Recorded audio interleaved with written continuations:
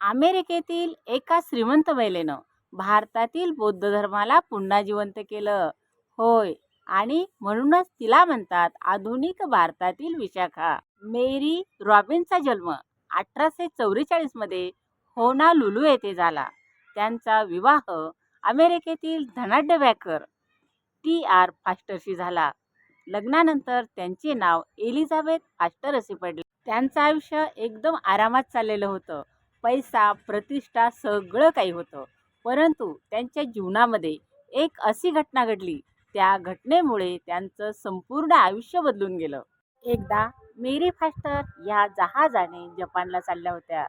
त्यावेळेस त्यांची भेट श्रीलंकेतील तरुण भिक्षू अनागारिक धम्मपाल याच्याशी पडली. अनागारिक धम्मपालने त्यांना मैत्रीपूर्ण धम्म उपदेश केला. त्या उपदेशाने त्या खूप प्रभावित झाल्या. त्यामुळे त्यांनी 1902 मध्ये $500 दान केलं व पुढील वर्षीही $2000 दान केले.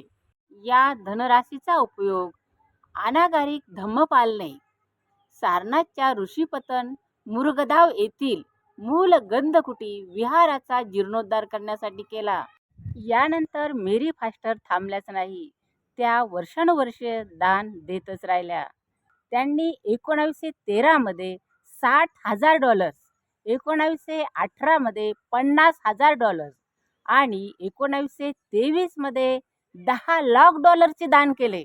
या दानाच्या पैशातून श्रीलंकेमध्ये फास्टर रॉबिन्सन्स या नावाचे हॉस्पिटल उघडण्यात आले आणि अनेक बौद्ध मंदिराचे पुनर्जीवन करण्यात आले.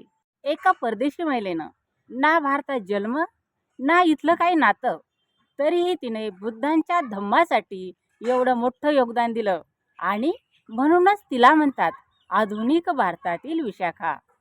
ही कथा आपल्याला काय शिकवते? धर्म म्हणजे केवळ जन्म नाही, तर आचरण आहे. आणि चांगलं काम करण्यासाठी देश, भाषा, जात याचा काही अडथळा नसतो.